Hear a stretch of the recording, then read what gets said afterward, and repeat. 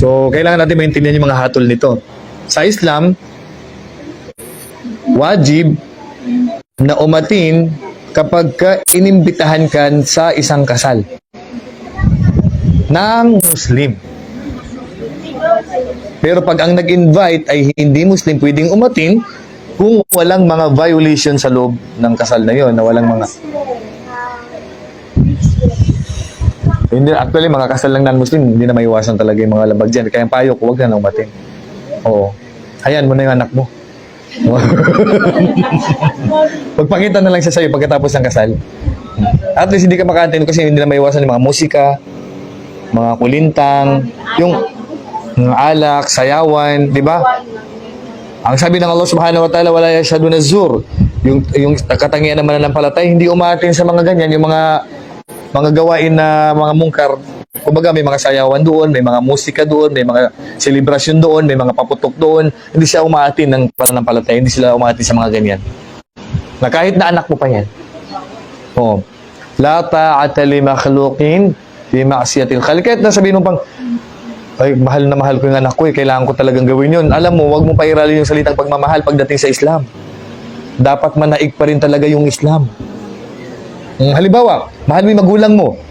Sabi ng magulang mo, kung mahal mo ako anak, uminom ka ng alak.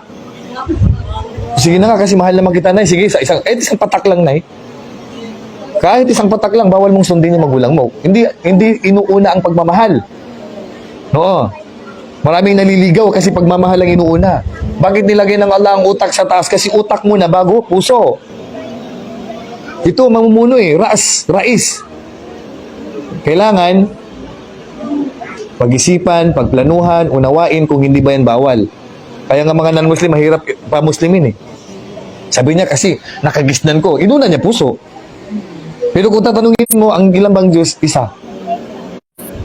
Pero may 3 personal kasi nakagisnan ko. Kasi puso inuna niya eh. Pero pag inuna niya ito, maintindihan niya talaga.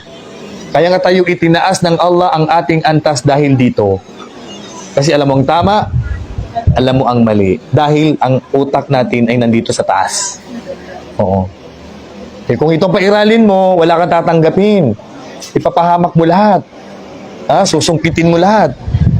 Tatawirin mo lahat. Wala kang pakialam. Magpapatira pa ka.